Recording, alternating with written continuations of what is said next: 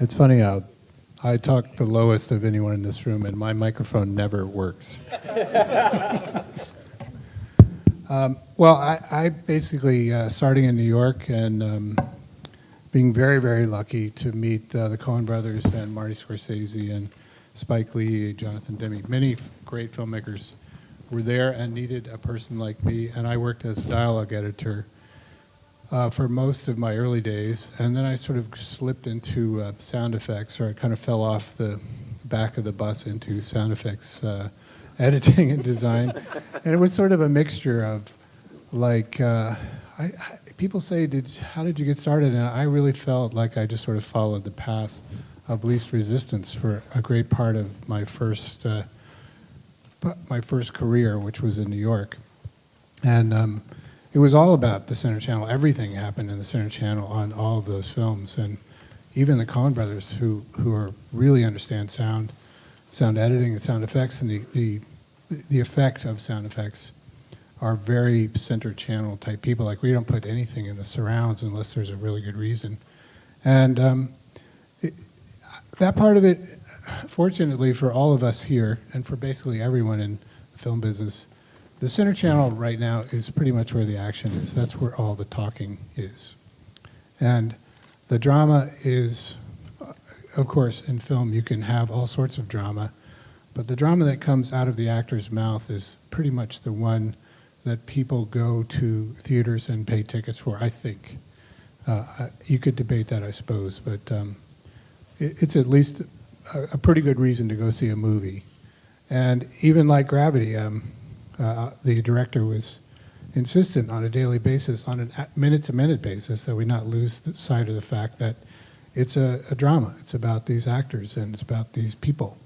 And a lot of that is related in the talking. And Gravity, actually, we did pan all the dialogue, so it's not quite the Center Channel idea, but it is about the idea that the audiences want to be part of a story. They want to understand what you're trying to say.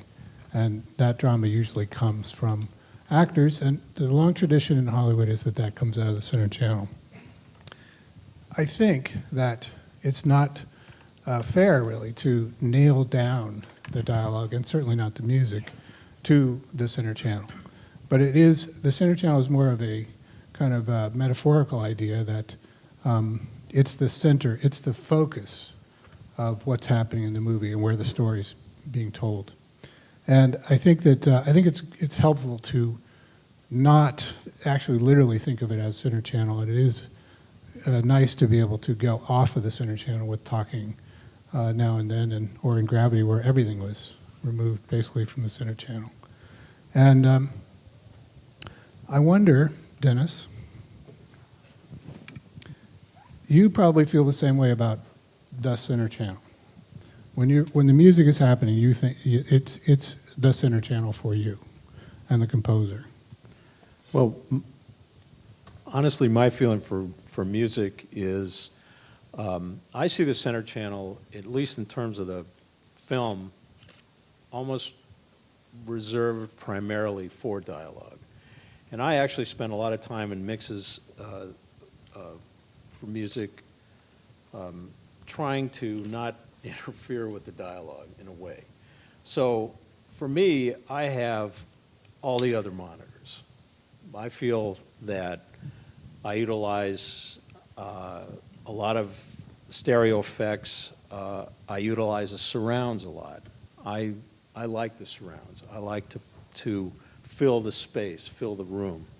And I think great music score does a really, really good job of that.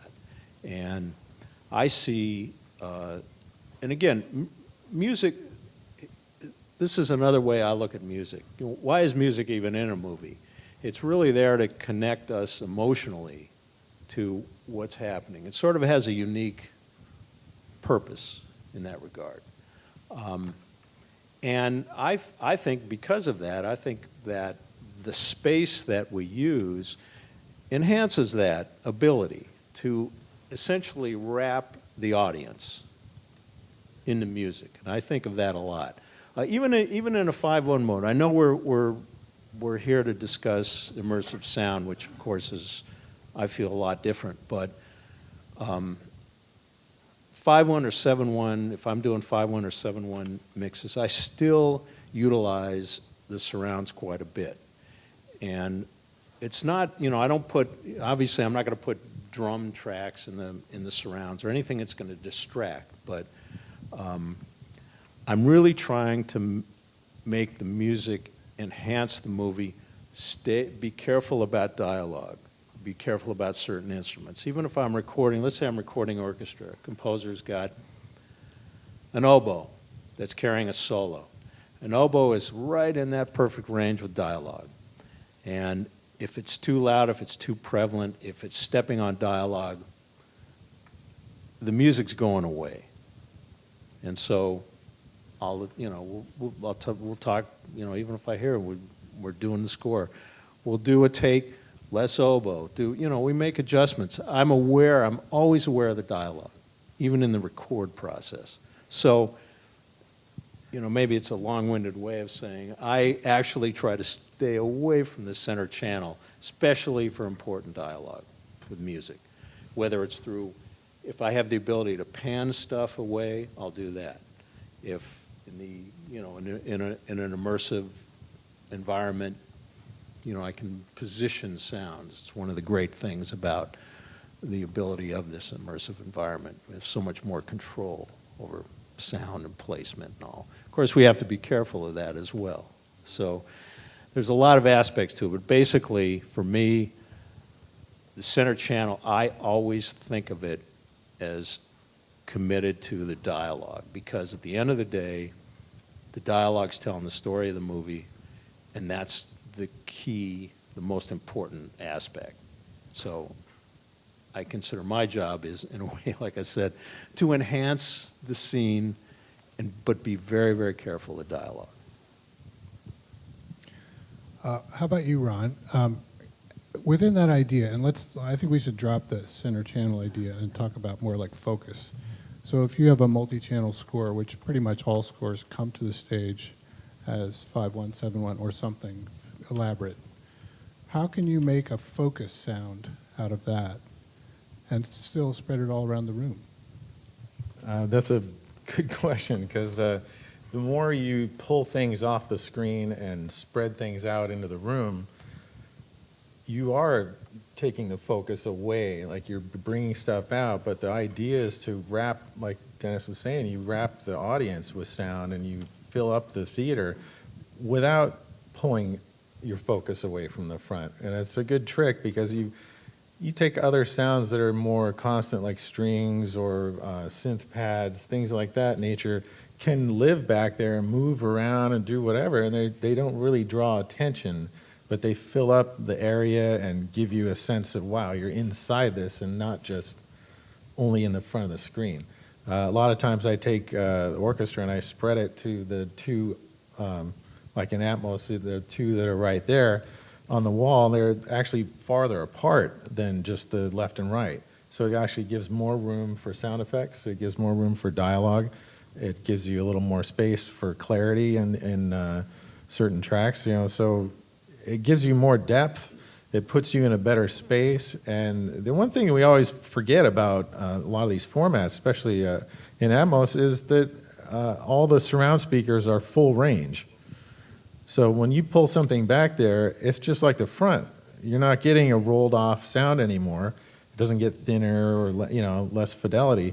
You're getting that full range. So automatically, right off the bat, just putting your 7.1 in that format, you get a better sound. So I love that fact about it. That was the first thing we noticed when we were doing Life of Pi. It was probably the second or third Atmos movie ever. And we really didn't know what it was going to be like. So we just started A-Bing stuff constantly. It's like, okay, what did our 7.1 sound like that we really loved? And then we put some stuff out there and A-B it. And like, wow, look how full that is. It's great. And we haven't even done anything yet. So it's fantastic for that. Pulling certain sounds out not only gives you a lot of depth, it also gains clarity, which we always are looking for with dialogue, especially in tough scenes when everything's crowding in there and everybody's jumping on the same spot, and you're trying to hear this one guy who's talking like this, like what, Mark Wahlberg. No offense, Mark. Oh, sorry, man. Yeah, that's just because I'm working on a Mark Wahlberg movie right now. But he's great, but there's a lot of actors that play down like that, and they're very intense, and it's a great effect. But if you have a lot of stuff exploding and doing all this stuff, you got to do something to clear that up. And you're right, Skip, people really want to hear the dialogue. I hear this #1 complaint from anybody. They're like, oh, you mix sound? How come I'm at home and I'm always doing this with a remote, right? It's because you got to hear that dialogue. So these formats actually lend themselves to giving us that depth and that clarity to be able to play scenes that way. So I found it as a great tool and a great atmospheric way to be more artistic and still get a little better clarity out of things. So you find that too? Andy?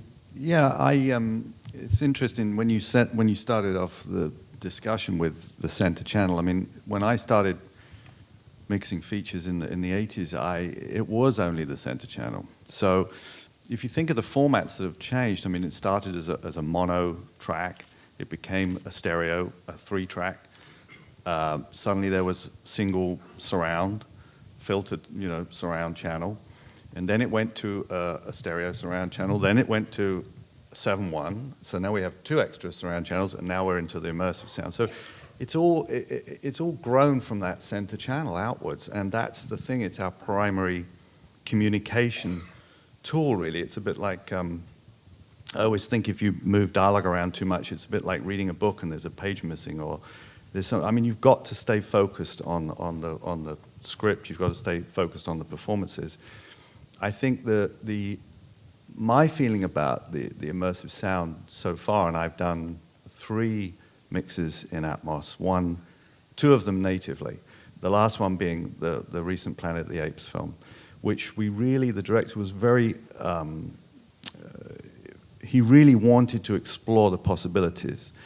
The previous film I'd done prior to that, they were very aware of the limited release cinemas currently that can show these formats. So they wanted to make absolutely certain that we were delivering a very confident 5.1 or 7.1, which the beauty was we were able to switch back and forward very easily and assess that what we were going to deliver was going to work fine, and it did.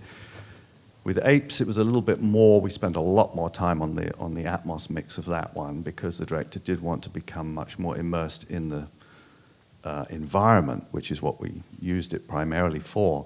As far as the dialogue goes, it hasn't, for me, it didn't really change the way I mix traditionally, which is pin it to the center, a little bit of movement if it's off-screen dialogue, but generally when it's something you're paying attention to, it doesn't really shift from the center.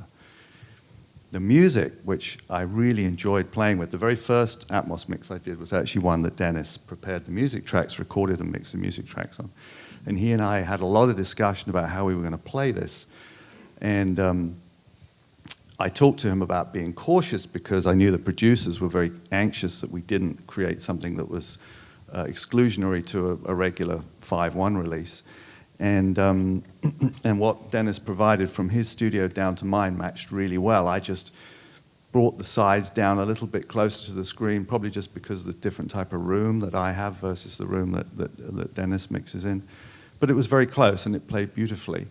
I think a danger with the full-range surrounds is that there's a tendency, I think, immediately to think you can pull things off the screen because now we can hear the clarity from the side speakers or the overhead speakers.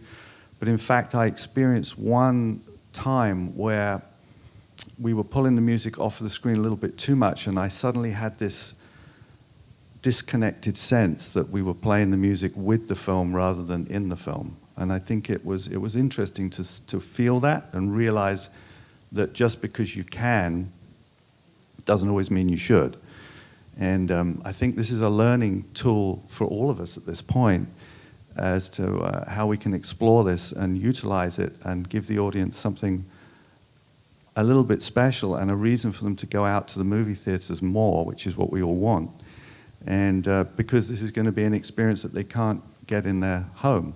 I mean, I know there are going to be home systems for sure, but I think the really big, powerful experience of going out to the movie theater is what we want to really give the audience. I felt personally when I saw Gravity that it was this extraordinary film with a great sound mix on it, but I thought it was a gift to the whole immersive sound world that this film suddenly, that was the way to go see that movie. There was no doubt about it, to try and go and see it in a great, well-equipped movie theater. And so I think that we're all learning this, but I think it's on all of us to handle it carefully and try and tailor the films that work best in that format to really push them and push the edge on it. Thank you. The thing that got me interested in immersive sound was for years we're fighting the center speaker with dialogue, music effects, Foley, group, and everything. And we found ourselves compressing it, EQing it, and making things go ahead and punch because we're fighting frequencies. And when I first started playing around with immersive sound, I found that, for example, a lot of the music is recorded in a decatry, left, center, right. And the ability in immersive sound, depending on the format, for example, I'll speak of what I know, which is Oro, the ability of having 6 speakers behind the screen, the ability to take that decatry and put it on the height speakers that frees up the center speaker so you still get the clarity of the music. At the same time, you're not fighting frequencies. The ability to put ambiances up high that you would find in real life, that there's just the illusion of actually being outside, and once again, you're not fighting those speakers. So the thing that I found most interesting is clarity. I find that I hear things that I'm trying to achieve quicker, and I'm also finding that I'm not mixing as loud to get the sounds that I'm looking for. I'm able to tell the story in a manner that keeps people interested in it, yet hearing all the specifics, all the things that we try, the nuances that we try to mix. And that to me was very exciting. And regardless of the format, I think that the ability with these immersive formats is to hear the clarity. And just like we were saying, just because you can doesn't mean you have to. But then again, when you do pull something off the screen with full frequencies, bass managed surrounds, you don't hear the timbre change as it's coming off the screen like we used to before. And all of a sudden you can have things that are just very unique and smooth sounding. And that's what really excites me about going ahead and mixing this format. I think immersive sound to me it's all about storytelling. We're trying to get the emotions through in music. We're trying to all get everybody's little things together, but at the same time not fight it, so we have to over-brighten it, over-EQ it, over-compress it. And that, regardless of the format, I think that's one of the strengths of immersive sound. I had the fortunate chance to work with Dennis Sands, and we did Oz the Great and Powerful. And I brought Dennis over to my stage. We had the first immersive sound facility in Hollywood. And I brought Dennis over, and the first thing out of his mouth, and he'll tell you when I'm done with this, but he says, "Marty, we don't need another format here. We can't even get 5.1 to sound right." I said, "Dennis, just hold on." But Marty, we've been friends for a long time. I said, "Dennis, please sit down." But Marty, I said, "Dennis, please." So we sat down, and I played him the demo, and afterwards his eyes lit up, and he saw the opportunities, the chances, the things we could do. And I think it really was an eye-opener for him. And we had the chance on Oz the Great and Powerful to collaborate and talk about hanging room mics for the music. So Dennis, I can only take we, but Dennis hung here at Sony, hung room mics for the height speakers, so that when we were doing the 11.1, we had the sound editor, music editor, cut it for us so that we utilized it and had a special tracks on it so that we could add it in there. And it was a little simple thing where you tap it on and you tap it off and go, that's nice. Subtle, but it made a difference. And, it was just one of these things. And once again, it doesn't matter which the format is. It's the fact that we can do storytelling better, and we have clarity, and we don't have to beat people over the head with volume, with EQ, and everything like that. It's all about being able to do our craft and letting everybody play together, but doing it in a manner that complements what's going on the screen. And to me, so much of the action is happening on the screen. We need to be able to have that clarity of the various speakers to be able to play what we're trying to accomplish. After you. This is really terrific for us because where we live on the set is exactly what Marty's talking about. Storytelling is the central piece. It's not about hardware. It's about sustaining the illusion that these characters are existing in the duration of time that an audience sits and watches the movie. And from my end, for years, we've always captured, synchronously or otherwise, effects that are going on set, dialogue, ambiances, but it's always been in piecemeal basis, situational. In the last couple of films that I've done, it really started on Django. Wiley Stateman, who I've worked with a lot, and we started having this conversation about capturing more surround in the field, practical surround, as opposed to everything being constructed after the fact. And of course, the primary focus for him and many of the people I'm in that conversation with is large crowds, environments, unique events, effects, if there are guns, explosions, that sort of thing. But we were talking about doing something more consistent and essentially sort of building a surround library that could, if needed, be there to be drawn on as the post-process moved forward. And we experimented a little bit there, but the last film I did is called Unfinished Business. It's coming out, I guess, early next year. We got very systematic about it, and it was essentially, in the field, you don't have a lot of time or a lot of space to collaborate to do that, and we were, what I ended up using was a DPA 5000 series 5.1 microphone in a simultaneous separate mini workstation, if you will, that was running synchronously when we were running our main mix and our main way of going, and built this up and kept a working log of the things that we couldn't get because the set's in motion or there was no control over the environment. And we picked up a stringer in Berlin in particular to go back to those specific environments and capture that specific information in surround form so that it could be applied. And Mandel is here somewhere, who was in the post team. Hey, Mandel. We just had a conversation today. He said they went back and that became a key player because everything was the real deal, and it meshed intrinsically without having to overwork the material to the scenes once they had been constructed and became whole pieces of cloth, because you don't always have that information in production. You're trying to make something that sells the illusion that each handmade shot is a continued reality, and then you hope, you hope and pray, and for me, part of that, the insurance about hoping and praying is being in a deep and meaningful conversation with my post-production partners in pre-production to try and have that conversation. Let's look through the script. Let's find things here that, even though it's on the page, makes sense so that what Marty's talking about can occur. And I've just, there was times where we couldn't do that because it was just too much material and it would overload the post-process in terms of time and money. And now that's changed. Now it's doable. It's no big deal. You can have what was it, 1,000 tracks are possible, and it's irrelevant. We had 1,200 on Oz. Yeah, it's hammers and nails. It's really what's going on in the movie. Where are we with these characters? What's going on emotionally? And so as part of my process, this is a big change to be able to go and be measured and designed and have a strategy in play with my partners about that process during production when it's most available, instead of trying to go back, So I love hearing this because I think it's bringing us closer together, the production and post-production team. Speaking of that, we're in the business of communication, and the worst communication is in this business.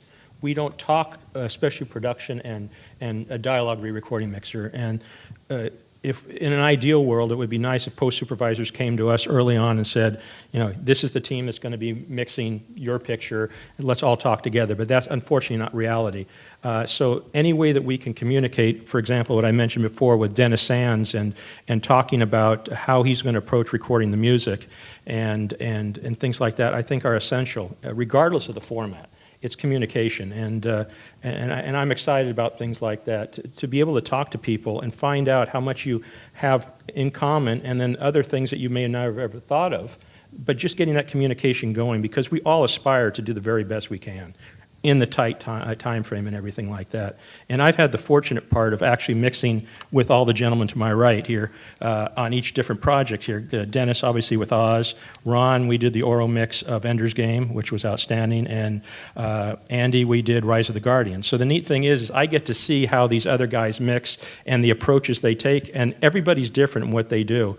And it's not about how much is immersive, it's about where and when and choose your battles. And there's just certain things that, styles that people have too. As consumers, a lot of time it's like, why isn't there more in the surrounds? And you have to realize is that you're on the stage with the director, producers. It's a collaborative effort. And it's also about storytelling, and you want to do what's appropriate at the time, not because we can, because it's appropriate. And it's just fun to see these guys and see the work that they did and how we would apply it to an immersive mix and everything. To me, it's one of those things you sit back and go, wow, very cool, very neat. And to sit back and see how others do it, to me, very exciting.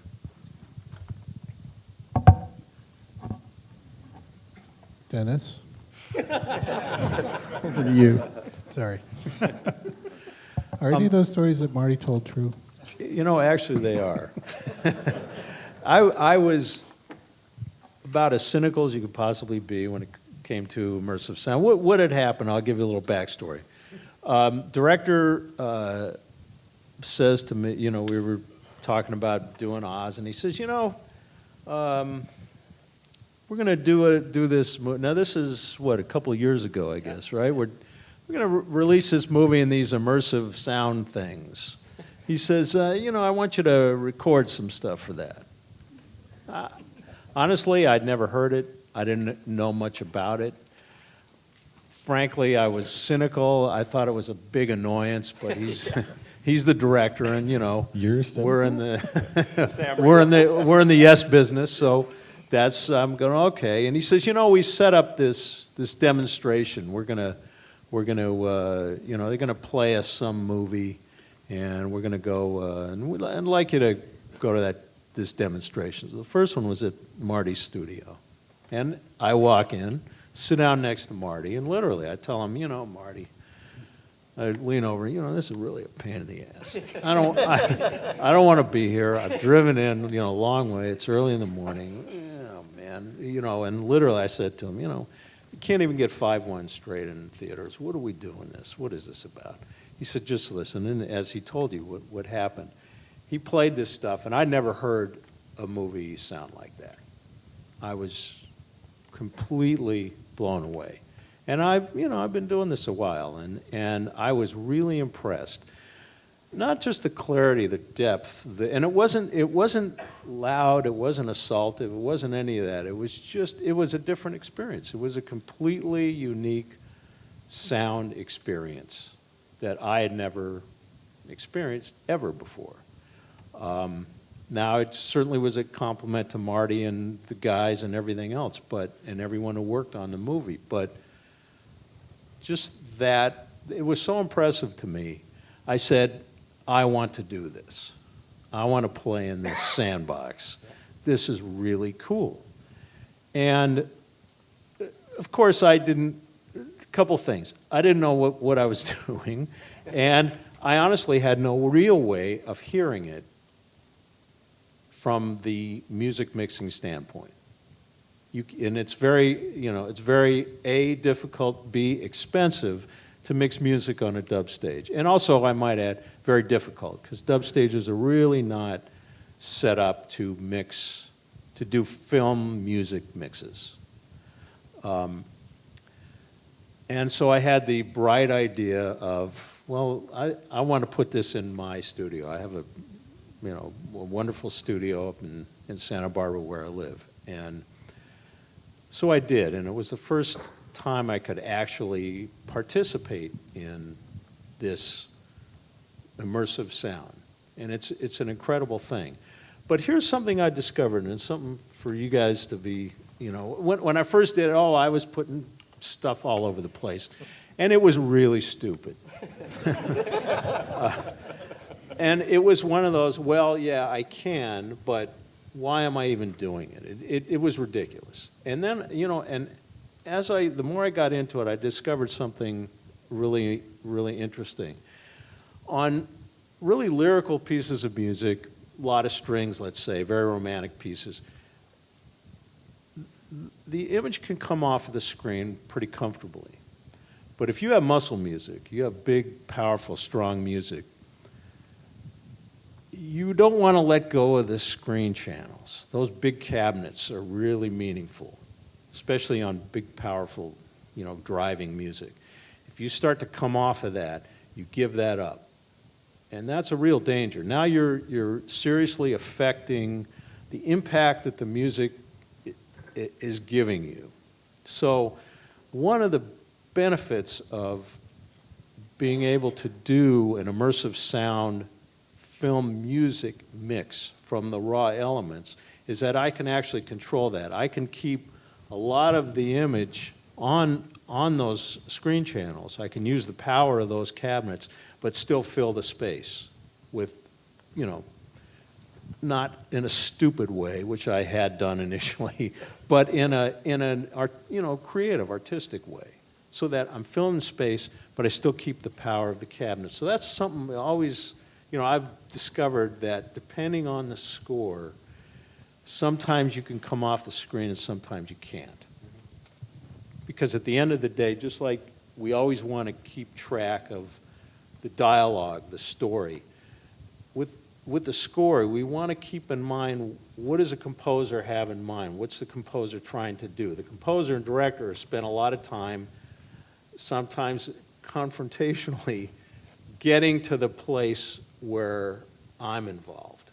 There's a long history, oftentimes, ahead of that point where they've just tried to figure out what the heck what's the music going to be, all that stuff. So, I want to be there to help. I'm not, just because I can do stuff doesn't mean I should. Can I ask a quick question? How does it change the deliverables for somebody naive? I'll ask the dummy question here. How does it change what you deliver to the stage, and how does it change what you guys receive and work around? In terms of, And you mean terms of the mixes, yeah, specifically you for deliver and what they're receiving. Yeah. Okay, for oral, for the oral product, I'm doing 5/1 mixes with the understanding that, okay, these are going to be stems that are going to be moved, placed, raised, whatever. For an Atmos mix, I create objects, and then we'll have a conversation. I'll have a conversation. So, for example, the show that Andy and I worked on, we had actually a number of conversations where you have to decide, the Atmos system is an object-based system, so you have 118 dynamic objects. Those are objects that can be moved around or placed or whatever. That's for everybody. So Dialog Effects music has to divide up those 118 dynamic objects amongst each other. And guess who gets the most? Not us. Not us. Skip. I didn't punch no doggy. I'm new to this. So, and then I deliver a Pro Tools mix session with both the bed channels and the object channels that we've all agreed on. And that's what I deliver. And I think on the film we did together, if I remember rightly, it was the bed track was a standard 7/1 maybe. It's a 7/1 was plus a a 7/1. stereo overheads. And then the objects, I think it was 6 stereo pairs that you gave me, I think so, believe. yeah. And what Dennis had done is in his room, he had positioned them through the Atmos channels so they would play in a certain position in the room. And then I imported his automation onto the Neve console, which would just do one run through of the reel, and all of his automation goes straight into the Neve, and then I have exactly the control of the panning I need for those objects. And that's why I was able to then listen to it, assess, once I'd put the dialogue and the sound effects in, whether the positioning that Dennis had given me was exactly going to work for that inside that film. And in fact, it did work very well indeed. I just compressed it very slightly back towards the screen because I think it was just the difference of the room that it was done in combined with the fact that now I had all the other elements of the film soundtrack to play with. But I mean, the process worked flawlessly because the automation just fed straight into between the Pro Tools automation into the Neve automation was fantastic. And in fact, when I did Apes, we used a similar thing with the Ape vocals where they had actually been pre-panned in Pro Tools. Prior to me getting them, I decided, the decision was made on that film that as well as taking the human dialogue, I would take the principal 8 dialogue as well, because they were key players in the film as much as the humans, in fact, more so in many ways. And but because of the nature of their vocals, there was the desire that could be moved around the screen, unlike the human dialogue. And in fact, moved around the room. And so again, I imported the automation that was prepared, and we put it straight in, and again, it worked really well. The disadvantage in a conventional mixing board, as opposed to doing it inside the Pro Tools, was that when I wanted to shift one of the vocals slightly differently in panning, I had to do it in real time, which is much tougher than doing it offline in a Pro Tools, because obviously within a frame, you could move one vocal from a side screen to the center screen, whereas I had to do it, the old-fashioned way, if you like, which took a little longer. But I've been doing it for a long time, so I got around it. But it was great. And so in that way, it was kind of interesting to see how that worked for Dialog, because I'd only experienced that with Dennis's music up to that point. But it's, as I said, it's a learning curve for all of us, and it's a lot of fun to play with, that's for sure. It's come a long way, because at first we didn't have Atmos in our room where we're dubbing, so we dubbed in 7.1, and then we had to move to the Zanuck Theater and take all of our tracks over there and play it through a Pro Tools, repan everything in Atmos. So it was a lot less, clunky, not very slick, but we figured out a way to do it because it was brand new and we're just trying something out. So I actually split out all my stems into a whole bunch of stems. It was maybe 6 or 7 music stems in 7.1, and then we had a whole bunch of sound effects. I don't even know how many they did. And a few dialogue. I actually moved a couple of lines in dialogue, but not much on that film. But we took it to the Zanuck Theater and then repanned it in Atmos through the Pro Tools, and that's how we could do it. But now it's come a long way, and we're doing Atmos mixes native right in the console, and now the next step is having Dennis do stuff where he really has all the control and can do things and spend the time, and he knows the tracks even way better than we do, and can do those creatively, give it to us, and so the workflow's changed a lot over the last year or two. So it's getting better and better, and it's come to the point where we can really spend the time creatively and not worry about the gear, which is another big issue.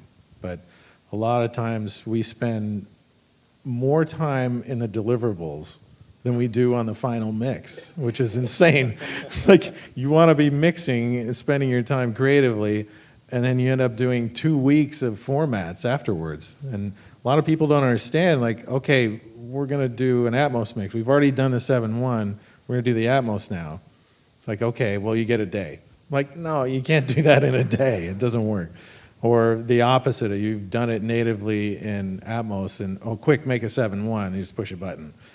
It's close, but, there's things that you want to change because it really changes the balances. It's not just a button push where you say, okay, it's perfect. Once you move things in different formats, it changes the balances. So you really have to be aware of that, and you spend the right amount of time to do them properly. So deliverables are a much bigger deal these days. Your experience too, Skip? Let's let Skip talk. The same So experience? I have to talk. There's one thing about that we've all been touching on this basic idea that Atmos and Aura are about panning. But there is also another variety of this where Atmos and these multi-channel systems become if you look at it from a more static viewpoint, it's a much bigger, much more robust playback system. If you don't do any panning, or if the material that you have already has, like for instance, Mark, you're talking about recording in 5.1 on location. So if you then take that 5.1 recording and just distribute it around the room, you're going to create this 5.1 ambience, which has a lot of intrinsic, very sophisticated information that you can decode in your head. You don't have to do anything else to it. All you have to do is play it. It's the same thing as a beautiful stereo recording. There's tons of front, side, back, up, down information in the stereo recording. You don't have to do anything to it. Just play it back properly and accurately. that's another aspect to this multi-channel new frontier, which is fortunately easy for us to do. We don't even have to be careful. We just simply have to play the stuff back the way it was intended, stuff that we get from Mark or from Dennis. One of the great things, one of the great luxuries about re-recording beautifully recorded multi-channel material is it sounds so fantastic without doing anything at all to it. Make it a little louder or lower. I think, yeah, you know, that's part of the hope. You know, in the field, you're thinking in terms of this being, you know, experienced. You know, and it's always, you can always not use it. You can always change it. You can always modify, but you want that initial. You want to lay the bed at least in a coherent way, so that whose hands are on it later can make it function. I mean, that's the whole point. So what you're saying is, you know, that's the fact that it's not a big deal to be able to use that kind of field-acquired, you know, material, just really expands the possibility of us doing that more and not having it perceived as, you know, inundating you with material that's overwhelming and clogging the system, but in fact is supporting what you're trying to do. You know, we love it. I mean, I think it's a great thing. Let's start with Skip then, if I could ask a question. What is the biggest thing you learned throughout the process of Gravity, say, or Sunch? What was the biggest thing you learned about working in the format, whether it's deliverables, whether it's, were you surprised that you're used to the surrounds? I mean, what did you learn as you went along? Well, when we started that mix in England in the winter of 2012, the tools that we wanted to use weren't really ready yet, so we had a long lead. We finished in November and December, and the movie wasn't coming out until October. So we all jointly decided, well, let's just wait until the summer of 2013. And most of all, we wanted the panning tools, because Gravity is all about panning. Everything is panned. Nothing is static in the movie. And we all, our main wish was to preserve what we had and to be able to port that over to this new format and not have to redo all the panning was something that we felt was worth waiting for. And so 6 months later in Burbank, California, we did the Atmos mix, and we were able to basically capture all of the panning information from the original mix, which was all done virtually in Pro Tools in London. All that information we could port over to the Atmos panners, and we could just sort of pick up from there. So every pan had its 7/1 limitation, but every pan you could simply grab the object and keep going. You could make it go over there and then up there. It just was the next layer, basically, of panning programming. And that was frightening. We thought we had completely broken the panner idea by panning everything like crazy in the 7/1 version, and now we just could keep going. And the frightening concept, I hate to say this, but fortunately our director had to leave. So we had to stop. It was frightening. But it was really exciting. It was a very exciting process. And like we all basically said, we just want to be in the same room with the picture.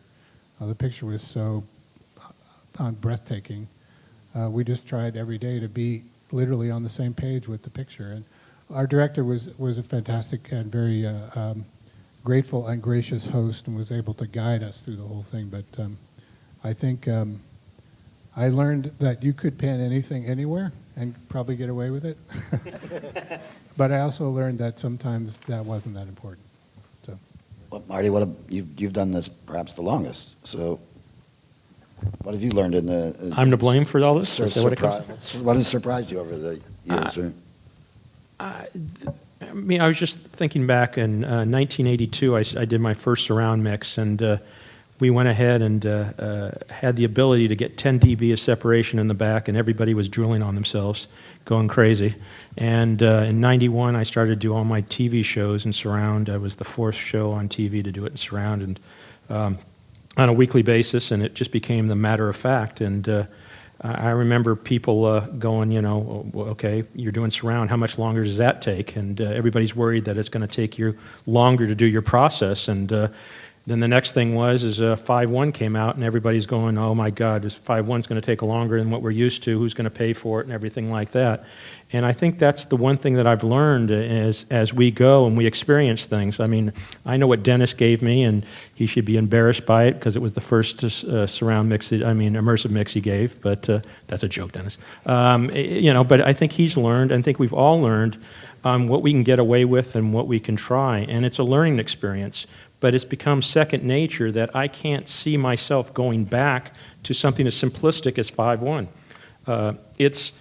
It's while we do have to deliver down from an immersive mix, I think we're learning how those things work, how we can easily be creative and do it in with the time frame that we were allotted. And I think the idea of doing everything natively is the only way, ultimately, that we're going to sell producers and studios for it, to show them that we can give them something that's going to have them able to put people in the seats in the theater to get a different experience, yet at the same time not really cost them anymore. And I think that is the goal that I think we all are striving for, and that we have seen the changes.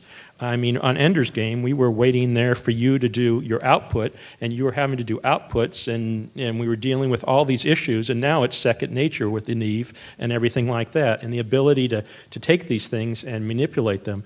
Now it's the norm, and we've kind of gotten over the hump. And I would love to see everybody who has a dub stage in this town apply that. And I think ultimately down the road, the next step is 4K TV with having immersive sound, and that we're all going to, in X amount of years, do it on every program we do. And what's exciting is we're early guys doing it on, but it's this, I'm getting the same enjoyment out of it as I did in '82 when we got 10 dB of separation. It's one of those things that's just, all of a sudden, immersive sound to me is like they've taken the sound leash that we have on us and and just thrown it away. We can be creative or stupid with it, but we can do something with it. And to me, that's what it's all about. This is a fun art, and it's just something that is, there's nothing better than listening to something that you've done in a big theater and just smiling and going, that's what I intended. And I think with all the formats out there, I mean, the two main formats, immersive sound is going to be the closest to what we as mixers and what studios and directors had intended, comparing it to everything that was before that, with matrixing, with compression, and all this other stuff. I think we can get clarity, we can get depth, and we can be creative. To me, that's what excites me. Andy, the same. I mean, during Apes, what did you learn and surprise the most? Well, it was, I mean, it as the others have said, it just opens the door to whatever you want to do. That's the thing. And I think that, I think for us to have these tools is fantastic. There's no question about it. And I think the key to this is we've got to get more and more theaters equipped out in the world, because I think you've got to get the public behind this in some way. When 3D exploded a few years back now, there was a rush of films that were converted into 3D quickly and very poorly received, rightly so, because they didn't look good.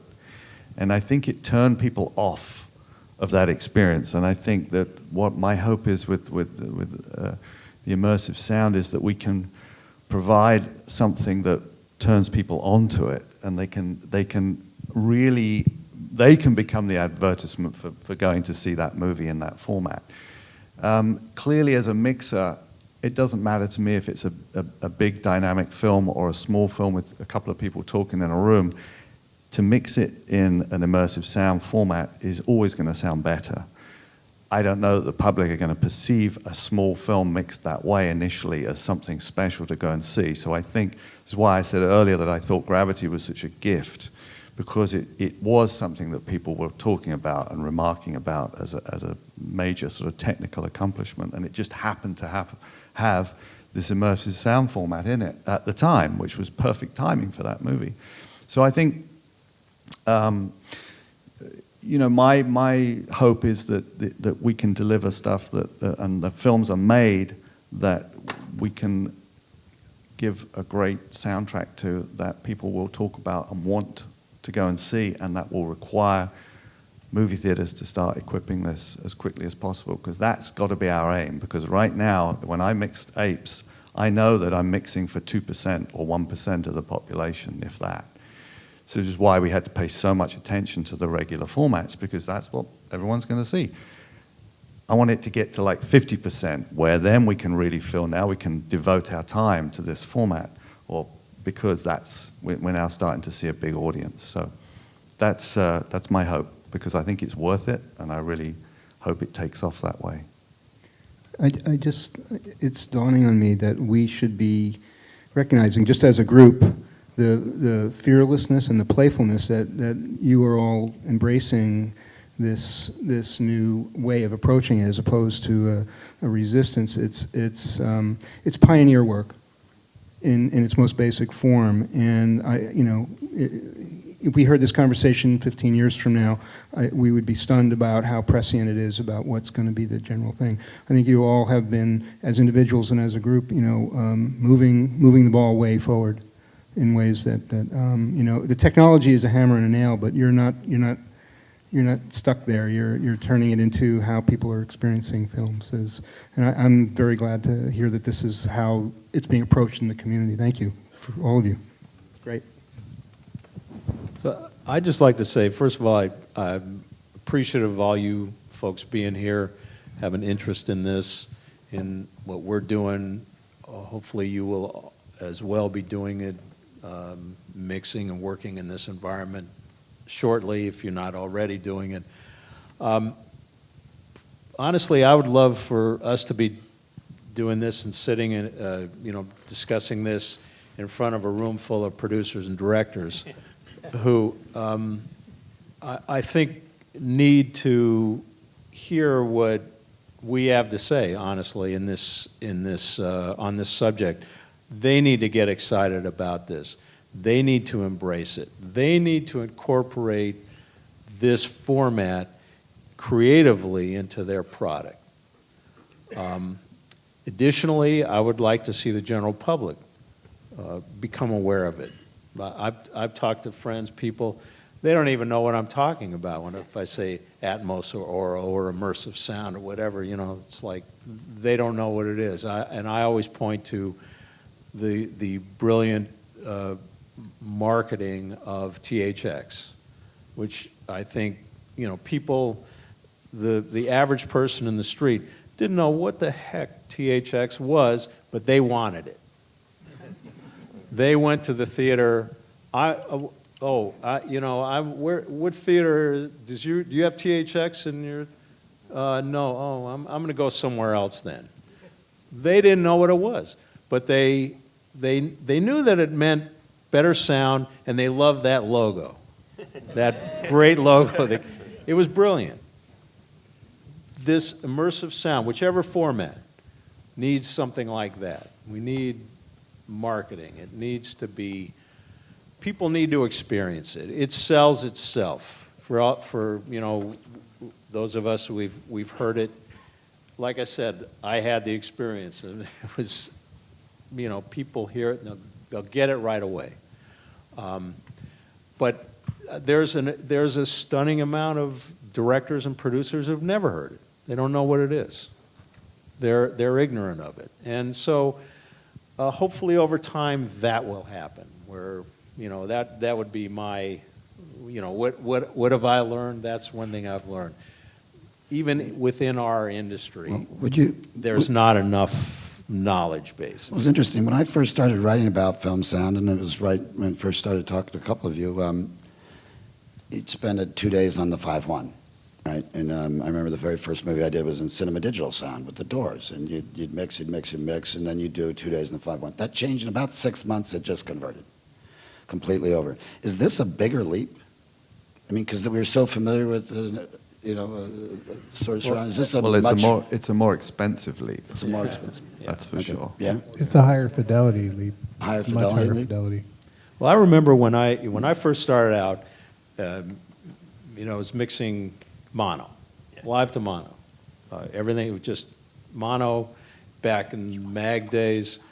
Then there was Dolby Stereo, which was fantastic because it introduced really full range. We no longer had to even think about that horrible Academy roll-off thing, which was awful, especially for music. So it was better, but it was a real challenge because it sort of worked and sort of, not so great again for music. It was a struggle. But because the fidelity was so great, we loved it, but it was a challenge for us. Then digital, that was great.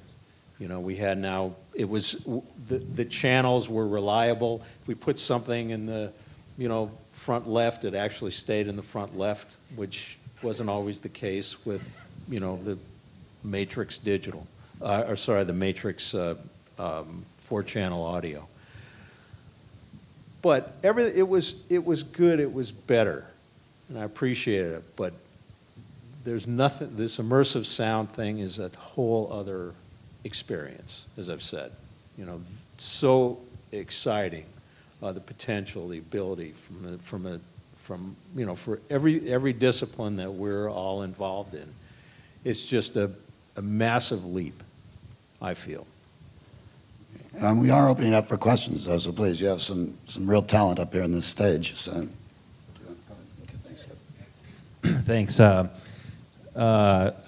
I've really enjoyed the opportunities, say, in the last 10 years as a field recordist with a passion for atmosphere and ambience and capturing a coherent surround image. I get to, now that we've got more than 2 channels to record on our field recorders as well, and I also get a little more time than maybe you, Mark, get to have in production. That's a great luxury for you to be able to hang a DPA 5. Let me disabuse you of that notion. there's no sudden, expansion of the capacity to have time on the set and do production. The key piece is that it's invisible to that it's not invading the known process, because it would stop in a heartbeat if it was holding up production. So I say that with affection, but. Yeah. But sometimes if there's enough, it's got to be. It has to integrate in a comfortable way in that realm. Yeah. Now, what I was wondering for you guys mixing, when we had 4 channels, like when the Diva recorder came out, I started recording like stereo front, stereo rear of a atmosphere, so you could have this sort of coherent image in the theater. Now, like the DPA microphone has that center channel, and I've also been recording it in discrete Oro format, 11 channels, 5 channels here, upper level, 5 channels, and an overhead. What do you guys think of the center channel, getting back to the center channel, when you've got ambience and it's coherent from in the recording? How do you like having that, in the dialogue channel? Is it useful for smoothing out dialogue? Does it get in the way sometimes? Do you get to experiment with that at all?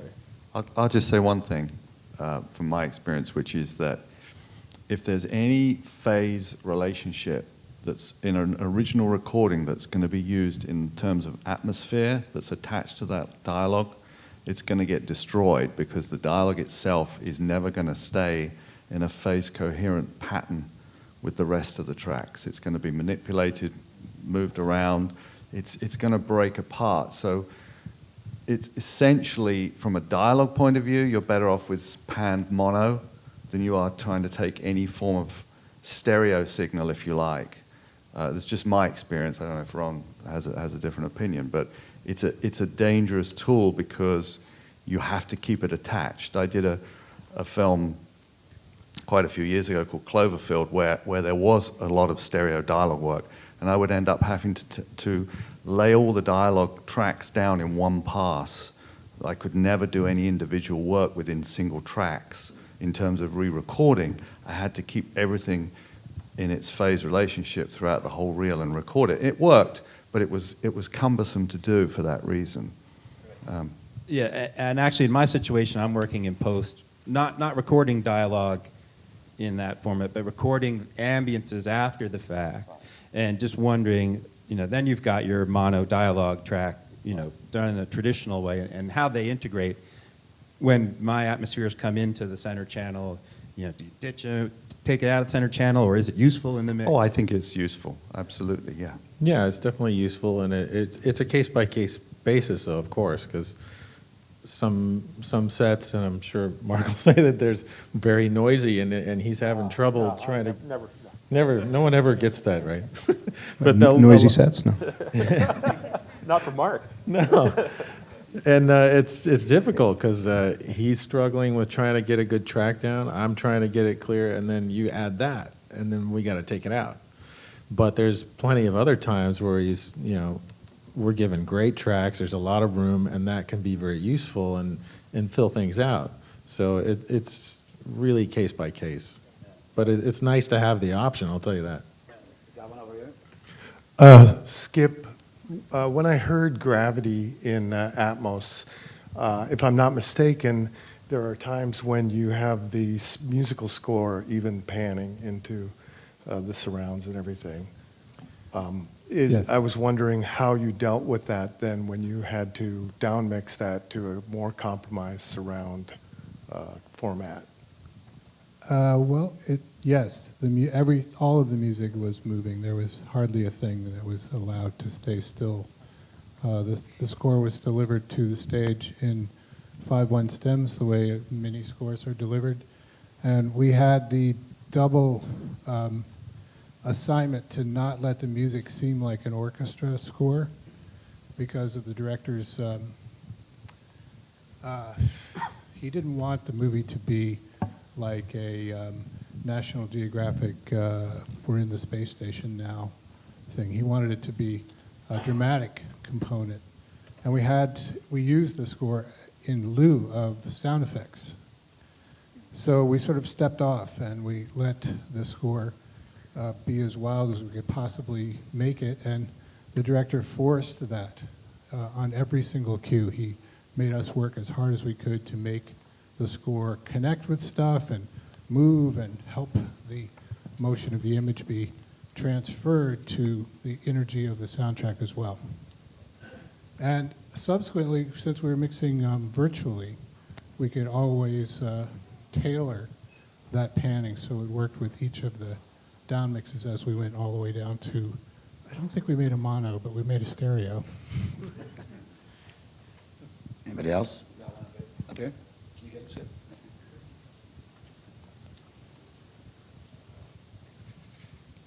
I guess my question would be your approach using reverbs in an immersive sound format, whether you be a bit more aggressive with that, putting multiple reverbs to fill up the separate channels, or do you take one reverb and pan it around? Just kind of your approach using verb on Dialog. Can I answer that? I use mostly plugins for my reverbs, and Exponential Audio just came out with a 3D plugin which allows us to do an 11:1 reverbs, and I find that that at times really works well on certain things, not everything. So that's just another tool in the tool chest to pull from and utilize. I think that as immersive sound gets more prominent, I think that people who create reverbs are going to have to take that in consideration. Then again, it's the fact that we use lots of mono items, sources, and then treat them in maybe stereo or delays. It's a combination of multiple things. But for example, right now, Exponential Audio has a 11.1 that can be either used in Oro and or Atmos to, give you certain, shall we say, treatments that would make it a little bit cumbersome and time-consuming to get, but you can get it right off the shelf. As for the other guys, I'll let them. I use various reverbs, and definitely I use separate reverbs going back. So sometimes I'll use a tighter one up front and longer as it goes, or depending on how you want to get the right effect, for that particular sound. Using separate ones gives you even more separation and a little more depth, and you can really play with it. If you pan, let's say you have a mono source and a stereo reverb, and then you pan it back, it becomes a little bit more mono if you really think about it, because it's It's now not as separate, it's just filling up more space. And the way we hear things being binaural like that, I noticed that if we put anything in the center, like in the overhead, it just made things more mono, and you had to be careful, like, wow, I really liked it when it was wide. So you have to watch out for that, like where it gets panned, how it gets panned. Certainly I pan a lot of stereo reverbs, so it's not like I don't do that, but I tend to have a separate one in the back with a little more delay, giving it more depth, things like that. We have time for one last question, so let's fire away. As mixers, artists, all of you, amazing people. This guy was mentioning field recording for sound effects, ambience, things like that. We have people who are recording, you know, on the scoring stage for symphony, and you were saying putting mics overhead even on the scoring stage. I guess all the above question is, as the artist, what would you guys like to see, even in the early stages of Atmos and Aura, as far as sound and music, the way it's recorded goes? Have you been on the stage mixing and said, man, I wish they would have recorded, you know, the music this way or the sound effects this way, having the ability to do what you can do now? Are you seeing any glimpse of different methods as far as field recording and music recording goes? Thank you. I'd say Dennis is one of the forerunners of that, having his room be Atmos when he's mixing is a big leap forward, and he's one of the first people to do that I know of. And we've talked a lot about that. We tried to do it on one show, but we didn't have the time, and it was brand new, so we're definitely going to be doing that in the future. But we talked a lot about it, and I think it's great that, because he has all the separation, he's the guy miking it, he can really choose how he's going to lay that out. And we've talked a lot about, you know, the advantages of it, what works, what doesn't work. So as far as music recording goes, it's really changing the game, and that's very exciting. Sound effects, you know, like Eric over here is talking about. You know, he started with, you know, stereo stuff, just left and right. Now he's doing 4-channel, but now he's even going 5.1 or even Oro, it's just expanding. Every time we get new gear and can push that envelope, we do it because we love to see the effect and where it takes our craft. It gives us more latitude to do things that we've never done. So it's exciting to see it just keep moving forward, and we just keep pushing it every time we can. We're like kids in a candy store. Just, you know, discuss a little bit about recording, especially for orchestral recording, for, you know, in any immersive format. I've tried lots of different miking, you know, techniques, trying things, adding mics, especially, you know, overhead mics and all above orchestra. I worked on a show, Godzilla, which was out recently. It was just a massive orchestra, and I think maybe the biggest I've ever recorded. I think we had something like 115 musicians. It was huge, actually here at Sony. And so I tried some other miking just because I knew it was going to be released in Atmos and blah, blah, blah. And honestly, the overhead mics didn't work well. It actually tended to make the orchestra sound smaller, if you can imagine that.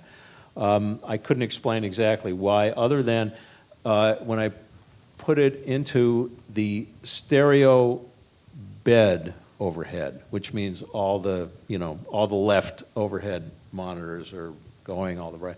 It didn't work. And I, unfortunately, you know, being the realities of our job, I didn't have the time to really experiment a great deal with it. I have some other thoughts about that. In other words, what I would do instead of that is maybe put it into an object so I could minimize the size of what those mics were, you know, the amount of sound those mics were putting out. In other words, how many monitors it was playing. I think that might work better. You know, it's a matter of experimenting with it. As I think we've all said, we're learning how to do this. I remember, and I think quite often about the early days of stereo, and I would, you know, I actually built a stereo with a friend of mine. I was a kid, and aside from almost killing each other, electrocuting, we actually did it. But there was nothing to play except these sort of demonstration records. There was no real stereo product. And eventually they started to release some music. And it was really, you know, kind of like when I was starting out with, with immersive sound. It was stupid. You'd have the drums on one side, the bass on the other side, and maybe whatever, some lead instrument in the middle. And it just sounded lame. Because they didn't know, nobody knew how to use this technology yet. Obviously, it's evolved beautifully.